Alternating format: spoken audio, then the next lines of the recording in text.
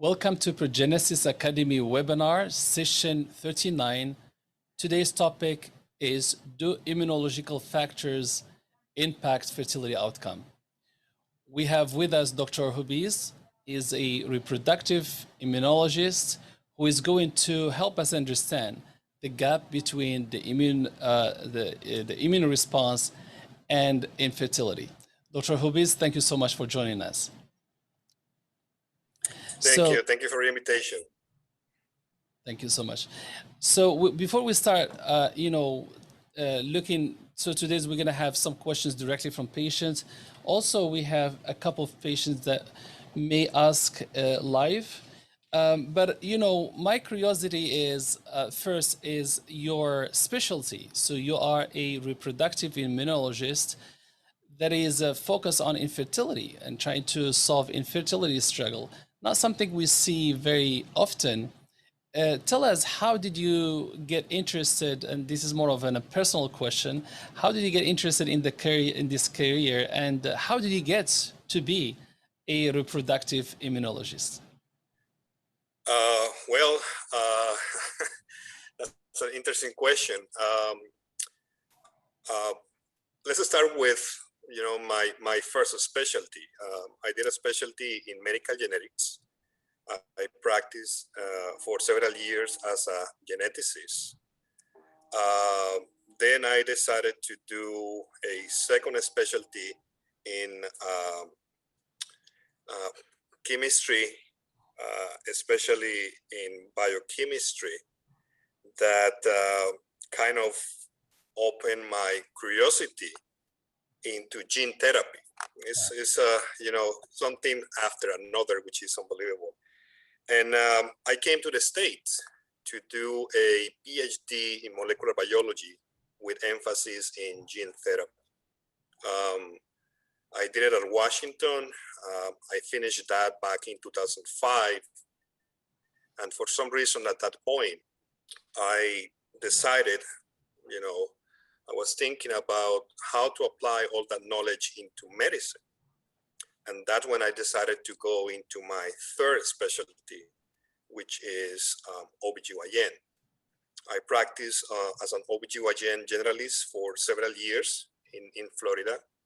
And during that time, I encountered many patients with recurrent pregnancy losses. As any other OBGYN trained in this country, the plan was, unfortunately, because that is the system, to wait up to 3 miscarriage to let them know that this is, at this point, this is abnormal, to start some kind of basic evaluation. And if everything came back normal, probably to send the patient for evaluation with an IVF doctor. Now we know that IVF physicians, their technology has advanced to the point where we can see miracles, but it's still, those miracles only reach 47% of the population. Still, 53% of that population is dealing with failure of implantation or recurrent miscarriage. So at that point, I made a decision to go back and study and to find a way to be able to help those patients through their pain and suffering. So I was able to find a fellowship in Chicago. I resigned my job as an OBGYN for many years, and I went into this fellowship. And it's something amazing, being able to help and to answer the questions of so many patients that they don't really know what exactly is happening. Once again, unfortunately, the system, the way OBGYNs are trained, is failing in the sense that they don't probably have the knowledge to know what to do in these cases.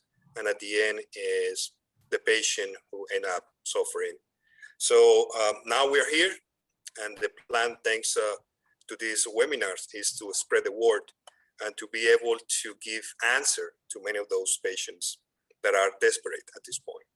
Yeah, thank you so much. Thank you for this explanation. And also, I am sure there are, medical students that are seeking, a career, and this could be, a career they could pursue, because I think, studying the immune system and how it plays in fertility is so important that it should be some sort of specialty born out of, as a branch of those, beside OBGYN and all of the other specialties. Now, I want you to help us understand why the immune system is so important. How does it play in, reproduction or fertility? Give us a scientific basis of what does, how these two interplay. Sure. Let's start with the pregnancy. Not long time ago, the thinking about pregnancy was that it was a completely isolated event. The baby is basically surrounded in this bag or capsule, and there is not really any communication between the mother and the baby besides the placenta that is, feeding the baby. Now we know that there is an intense communication between the embryo from the moment it's fertilized throughout the pregnancy, creating what we know a tolerance of the pregnancy. And this is a very fine balance. And this balance can be disrupted by infection, by autoimmune disease, by inflammation, toxins. So we have to be careful about what we consume, about our diet, healthy habits, and of course, always to have a good evaluation by your OBGYN. In case that you have any of these comorbidities, then a reproductive immunologist. Regarding, let's say, infertility, especially egg quality, we know now that immune system is also involved in the formation of eggs.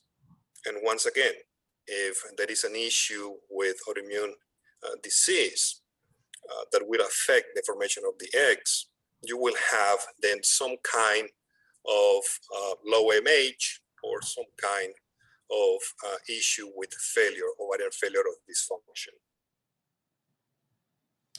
Fantastic. I have a few more questions, but I rather let one of the patients ask live, and then maybe we can get back to the discussion. Yeah. Let's see if we have a patient online. Hello. Hi. Hi. Hello. Thank you for coming in. Thank you. Please proceed with your question.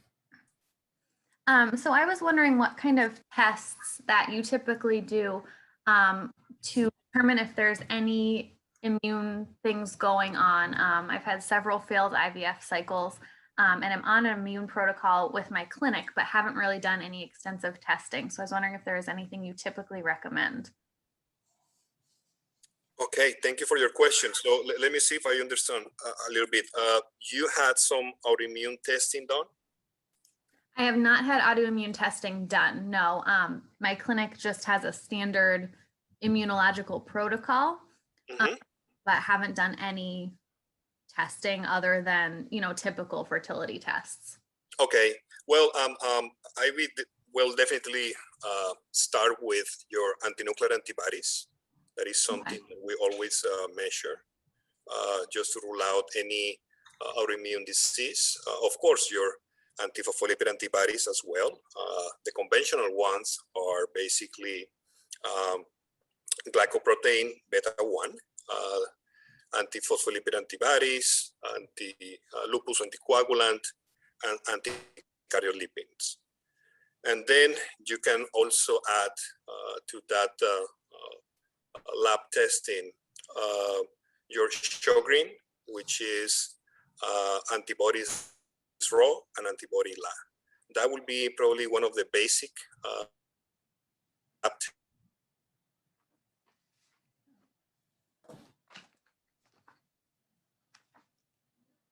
It looks like the connection has dropped a little bit. Let's see if we can regain internet with Dr. Jubiz.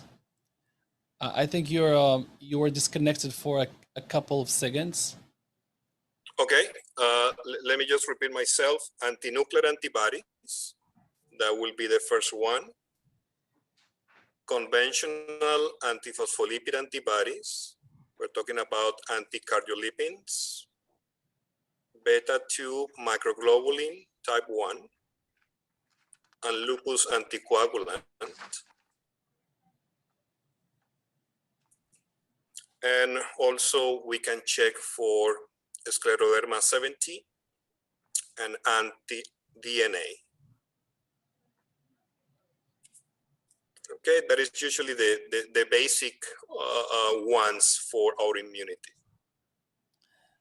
So okay, so assume the patient is not aware of those tests. So assume you take the you take testing of these phospholipids, the lupus test, the ANA, which is the anti-nuclear antibody test, and you have all that panel of testing.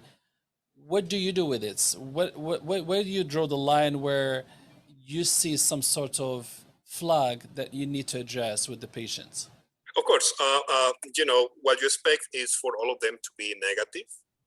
If one of them are positive, then you have to follow up that with the titers, especially your anti-nuclear antibodies.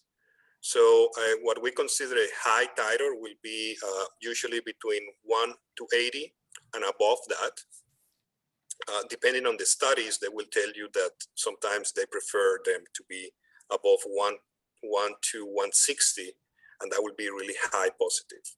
So from that moment on, you need to evaluate the patient regarding if they have some, sometimes some hidden autoimmunity. At this point, what we like to do is we have two options. We consider more testing, or we send the patient to be evaluated by a rheumatologist. If those patients continue with these lab results, and if we check for other autoimmunity or other immune issues, such as NK cells or cytokines, then the patient will be usually started on some kind of immunomodulation medication.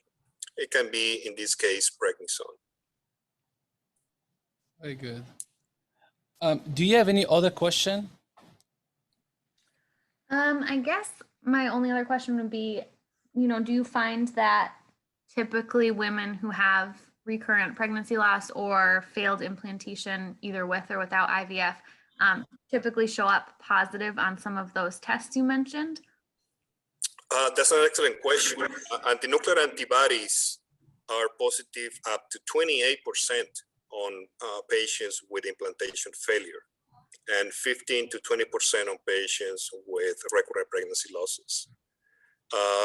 Antiphospholipid antibodies are basically the most studied, most common ones, presenting up to 35% on patients with recurrent losses, and having them on treatment with Lovenox and baby aspirin. So definitely, this is something that you should evaluate and investigate, just to rule out any autoimmune disease before moving forward into another embryo transfer. Thank you so much. Any other question? Nope, not right. Yes, sir. Sorry. Yeah, that's thank you so much, Dr. Jubiz, for the clarification. I noticed I haven't seen prednisone in your responses. The reason why I'm saying this is because we got a few questions on prednisone, a corticosteroid that is used to kind of reduce the immune response. What is your experience with that? Is that something that you use in your patients? It is actually. It's an important medication when we want to modulate the immune system. But it depends. on what exactly is what we want to do. I've noticed that in many of the IVF protocols, sometimes they have some kind of steroid. Sometimes it's prednisolone, sometimes it's prednisone, and they use it for a short period of time, and it changes. Sometimes it's 5, sometimes it's 10. As a reproductive immunology, we use this medication with a specific role and a target, and only when we see that it will bring relief and good results to the patient. It's not a medication that you can use just freely because everybody else is doing it. So once again, if you see some signs of autoimmunity, if you see some signs of the immune system needed some kind of immunomodulation, then we use prednisone.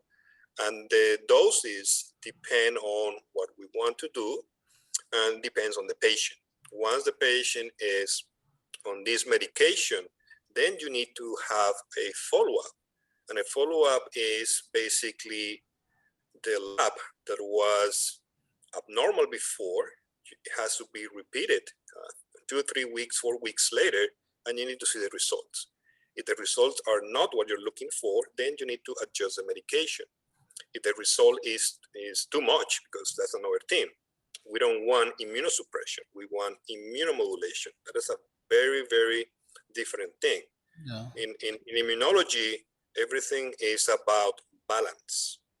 We don't want a system that is hyperactive. We don't want a system that is immunosuppressed. We just want balance. And for that, we require time, and we require certain amount of medication and follow-up.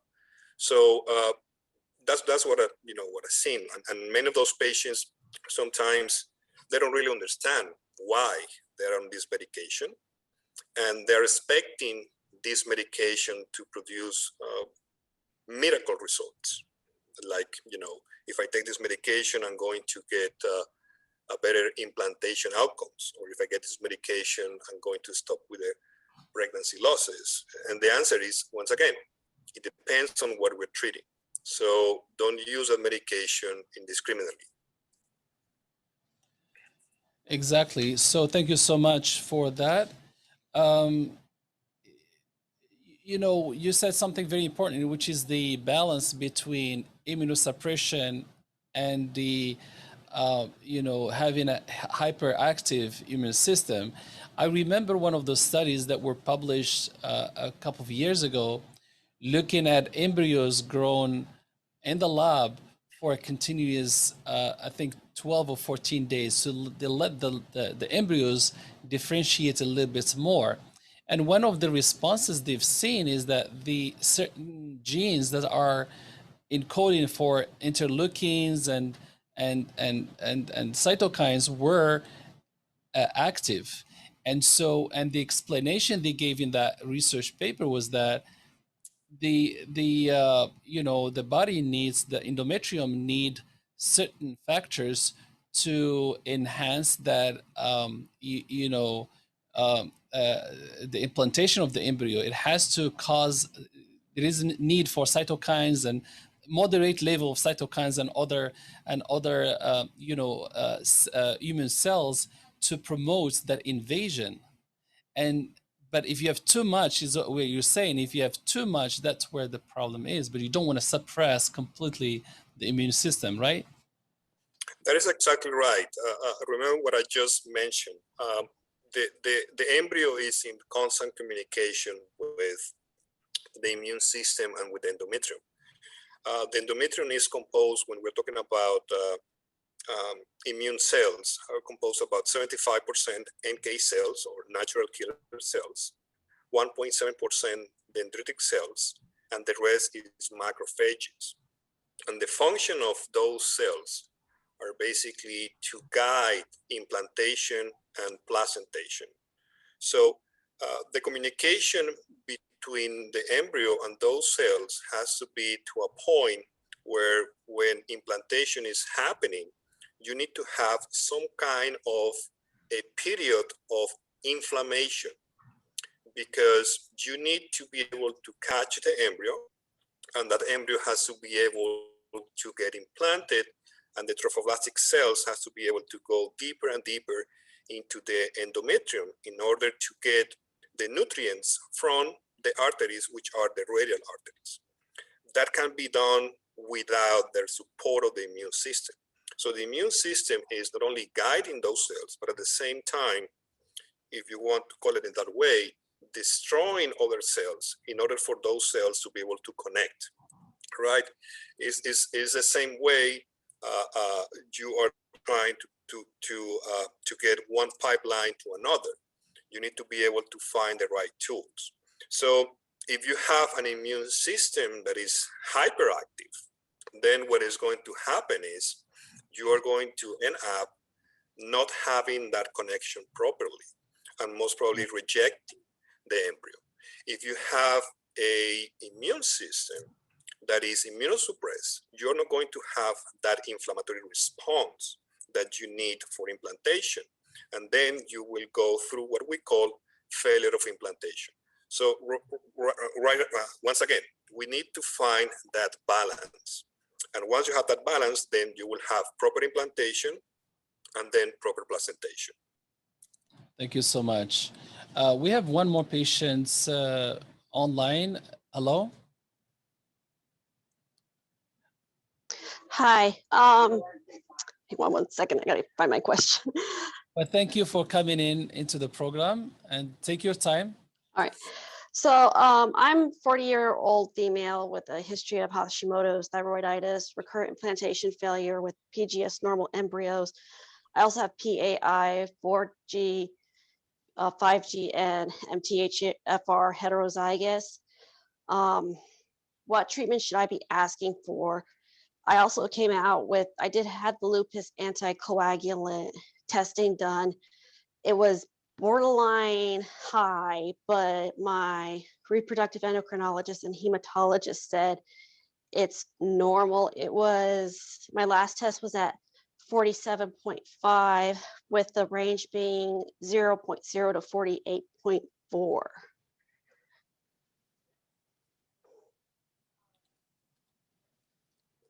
Thank you so much. Dr. Jubiz, I think your mic is muted.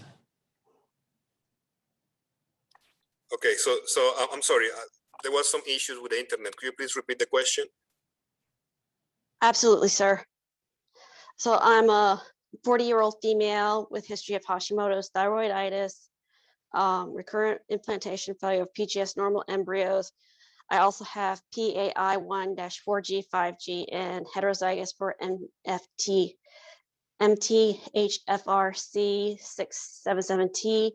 I did have my lupus anticoagulant levels come back at 47.5 seconds, with the range being 0.0 to 48.4. My reproductive endocrinologist and hematologist are all saying it's normal, but I'm not reassured. What treatment should I be advocating for? Okay, thank you for that question. I apologize for the internet.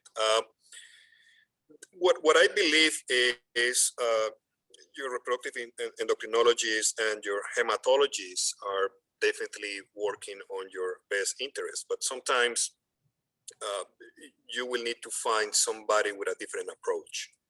My advice to you will be to have an evaluation by a rheumatologist and to have an evaluation by a reproductive immunologist.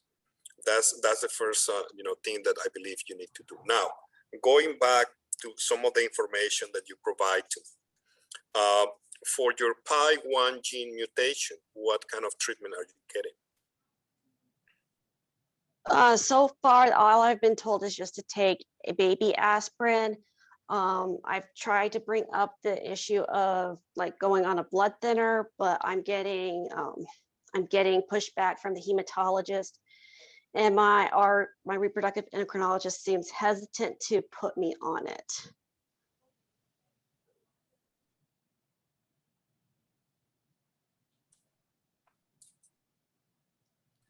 Dr. Jubiz? Yes. Yeah. Okay, I think that's what she was saying. Do you based on her levels and based on that mutation, do you have any recommendation for her? Yes. You know, she got a couple of mutations, couple of genes that are extremely important in the whole pathology of implantation failure. And those genes, I didn't really hear if she is on the treatment for those genes. So PI1 gene or plasminogen activator inhibitor 1 is a very, very important gene because it's one of those genes that are affecting different systems and different organs. There is no treatment, and without treatment, she will have the same outcome again and again and again. The same thing for the MTHFR, which most probably is going to create some hyperhomocystinemia. And homocystinemia has a tendency to create also some thrombolytic effect. So she needs to start with some medication, at least for the MTHFR, probably some methylfolate that will help her to decrease the chances of elevated homocystinemia. And for PI1 gene, she needs to be evaluated regarding the protein, right? We know now that she has the mutation. Now we need to measure the protein so we can start the right treatment on her. She also needs to be on baby aspirin and definitely Lovenox. Thank you so much. Any other question? None that I can think of right now. Thank you so much, Dr. Jubiz. I really, really appreciate it. Thank you. Thank you. My pleasure. If you need to reach out to him, you can ask Riley and she'll facilitate the contact if you need any opinion from Dr. Jubiz. Thank you so much. Thank you. Okay, so now we talked about the prednisone, and that was you know, 2 or 3 patients have asked about that question. The remaining question is the impact on embryos or on oocytes. Can you tell us a little bit about whether an altered or hyperstimulated immune system can actually impact the quality of the oocytes or the quality of the embryo, or just the environment of the endometrium? Sure. There is a nice study, I believe it was published back in 2018 about follicular fluid. They were able to get follicular fluid from egg retrievals, and they were able to analyze what kind of immune cells are present in those follicular cells and how that immune system is able to affect the egg quality. The result shows that there is NK cells and also some of the T cells, and depending on the amount of those cells and if those cells are activated or not, you will see the egg quality in these patients. The other situation that is pretty common, and I used to measure as well, is anti-ovarian antibodies, which also will affect the egg quality and quantity. Some of our patients in recurrent pregnancy losses and implantation failure, they are really high positive for those antibodies. And once we improve those titer levels, then we see the improvement in the quality. Regarding the endometrium, I think we already talked a little bit about that.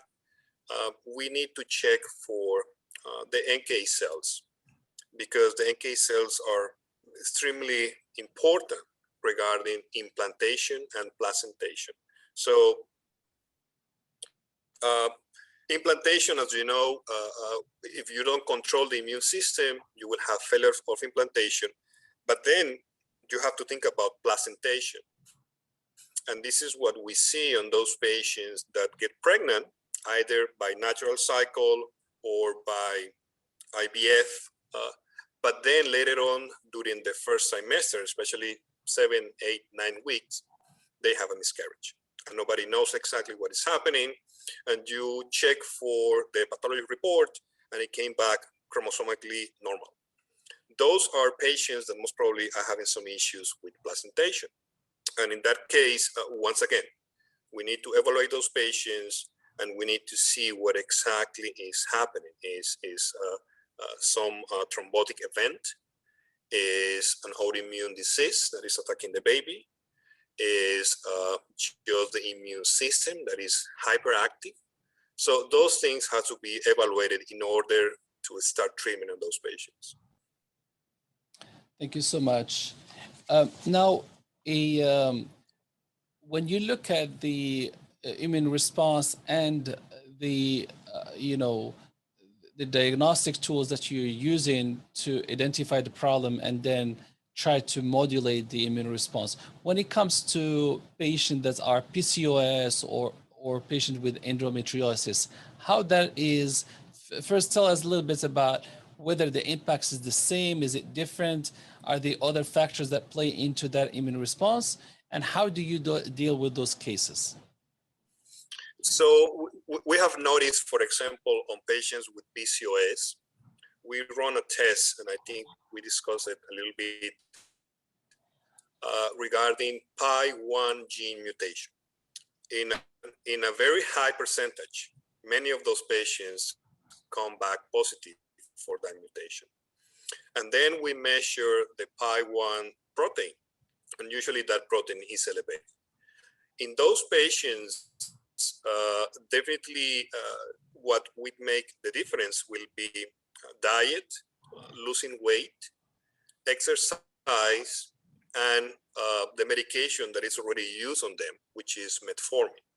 Metformin usually will take care of that mutation of the PI1 gene, and those patients will have the chances of getting pregnant. Now, if it is something else, not only is the issue with PCOS or endometriosis, then we need to check for NK cells and cytokines, which will let us know if there is some issue with the immune system. The problem with endometriosis is that it's an inflammatory disease. So cyclically, you are going to have periods of inflammation, and that inflammation will increase the chances of the NK cells and cytokines to be hyperactive. Once again, if they are hyperactive, you are going to have issues with either implantation or placentation. So those patients need to be under control. Some of them will require surgery to remove as many endometriosis as possible. Sometimes they will require a period of treatment with any of these GnRH antagonists or agonists. And once the immune system has calmed down because the inflammation is basically getting better and better and better, then those patients can get pregnant. If in the case where, in spite of medication, surgical treatment, medical treatment, the endometriosis is still there, then those patients will be the perfect candidate to be immunomodulated with prednisone and some other kind of immunosuppressants. Thank you so much. Thank you. We have another question from the first patient that were joining earlier. Hello. Hi. Hi. Yeah, please Hello. go ahead and ask your question. Okay, so I do have PCOS. It is lean type PCOS, so it's not a matter of weight. And before you were talking about immunomodulation and making sure that the immune system is not too suppressed. So for my IVF transfers, I have been taking baby aspirin, Lovenox, prednisone, low dose naltrexone. I do intralipids weekly. I believe that is it, but I was wondering if you thought if that was too much immune suppressants, or if that seems pretty typical for you, because it has not worked so far. Thank you for your question. I would like to ask you a couple of questions, actually, if you don't mind. The first one is, the reason for this medication was what exactly? So the reason was just to decrease inflammation and help modulate the immune system. There were no real immune tests, like the gene mutations you were saying have not been tested yet. But typically with my clinic, if transfers fail, they usually just add more of those immunosuppressant medications and hope it works. I see. So yes, actually, I was talking that topic a little bit earlier, and once again, when you're using some kind of immunomodulators, prednisone, low dose naltrexone, intralipids, Progard, any of these immunosuppressants, you need to know why you're using them. So if you have a suspicious of immune system being hyperactive and you want to try to control that immune system, you need to have some labs showing that. Mm-hmm. And once you are on the medication, you need to have some follow-up to see how the medication is really working out for you. Once again, this is about balance, right? We don't want the immune system to be hyperactive. We don't want the immune system to be immunosuppressed. So it looks like they were adding more and more immunomodulators, and at the end, probably suppress. Remember that for implantation, we need inflammation. Okay, so we don't need that immune system to be immunosuppressed. We need some inflammation able to catch the embryo and able to go and guide those trophoblastic cells into the endometrium. Okay. Thank you so much. Any other question? No. Very good. Well, we have one more patient. Diana, are you there?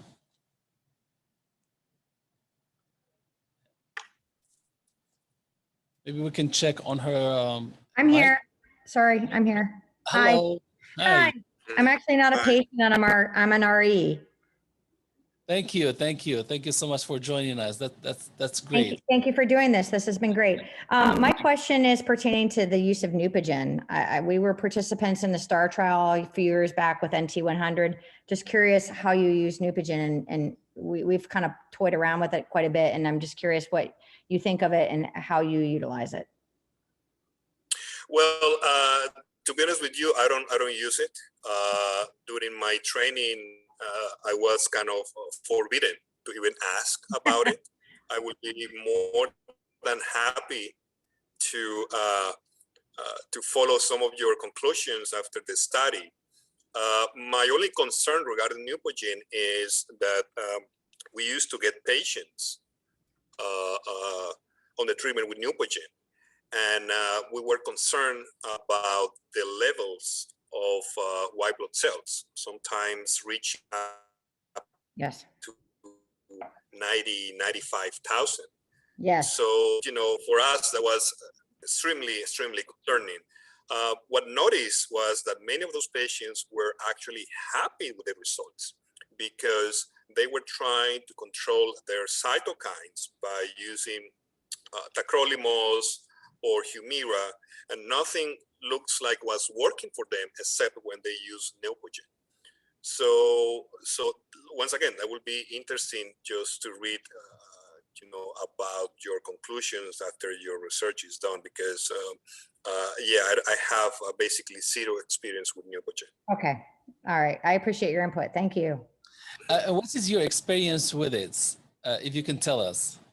Well, the STAR trial essentially showed patients with 2 failed transfers. At that time, there wasn't a lot of PGT going on, so they were just basically morphologic criteria transfers of 2 good-looking embryos.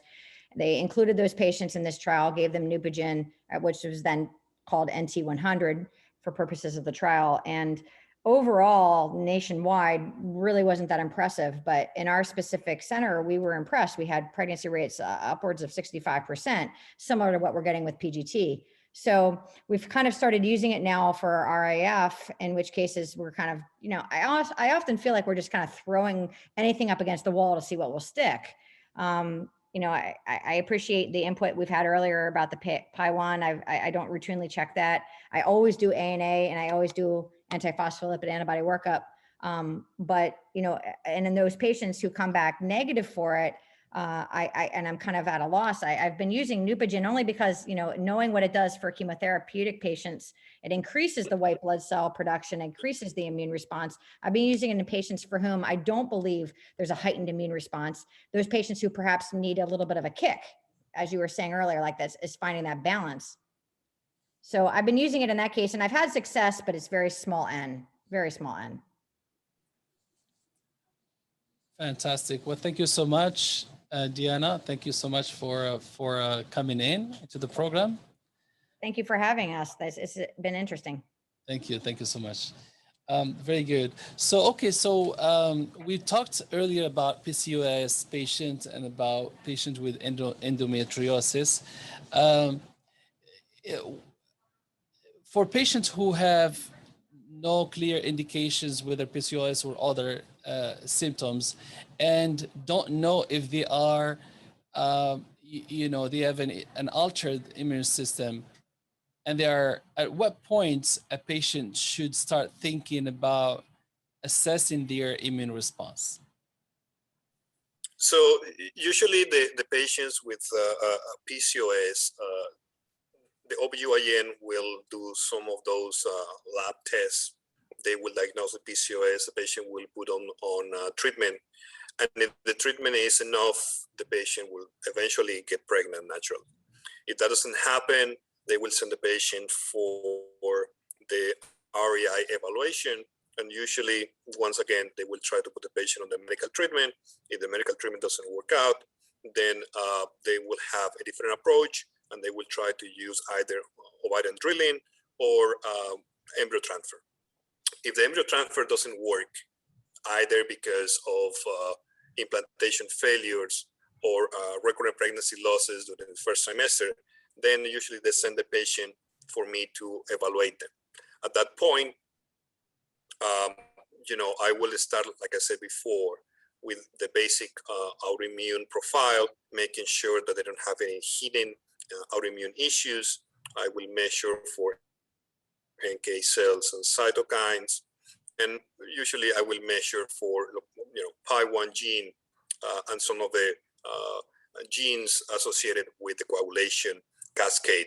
Factor 2, factor 5 Leiden are the most common ones.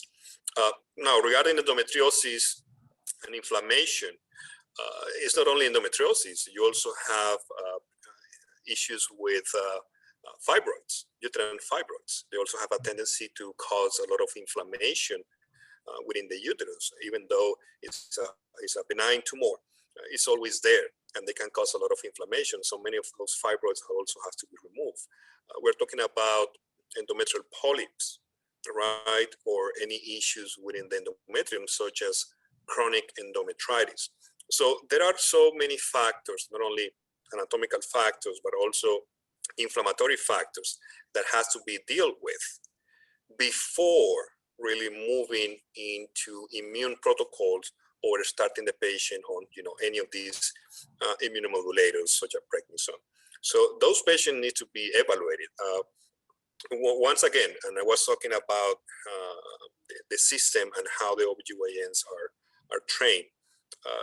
Those are the things that the generalist has to think and to evaluate the patient before sending the patient for the IVF doctor, or the IVF doctor sending the patient for evaluation to the reproductive immunologist.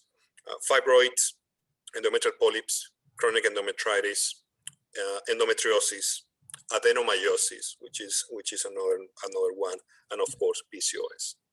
Yeah, and are you suggesting that patient would, if they are going through OBGYNs and they're not able to get pregnant, do you think that is the right time to start looking into this kind of testing for immune response, or is it something that should happen after they get enrolled in a fertility you know, program and with an IVF? What is the best timing in your opinion? I think that the best timing will be for the OBGYN generalists to be able to offer some basic evaluation. And from that evaluation, the generalist should be able to decide, okay, I think this patient will require a evaluation by the REI doctor at this point because I strongly believe that this is the best route, or it can get a better evaluation by the reproductive immunologist because I can see there is some autoimmunity in her. So, like I said, right now, unfortunately, the system is to the point that sometimes as an OBGYN generalist, they can get a little bit lost regarding that kind of evaluation. So we are trying to promote through webinars like this one. I'm trying to promote that by becoming, professor at different universities in Florida and by teaching the medical students about what to do. So it's a long process, but most probably, we can make it happen hopefully pretty soon. Yeah, and are there situations where patients can address their infertility just by looking at the immune response without the need of going through an IVF treatment? Is that situation possible? Yeah, it is possible. It is possible. Sometimes when you are able to diagnose what exactly is happening, either there is a mutation, there is a deficiency of some vitamin, just a little bit of Lovenox, if there is a situation with one of those genes, the system kind of reset and start all over again. And many of those patients had the chance to get a natural cycle pregnancy.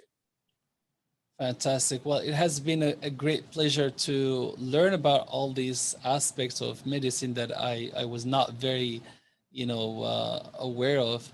I would like to give you a couple of minutes to introduce your practice and tell us how do you work with patients or possibly with other physicians. Perfect. Thank you very much for this opportunity. Once again, this is great. This is great. I'm Dr. Giovanni Jubiz. I work at the Fertility Care, the IVF Center in Winter Park, Florida. I am a reproductive immunologist and, willing always to help as many patients as possible. Thank you for this opportunity.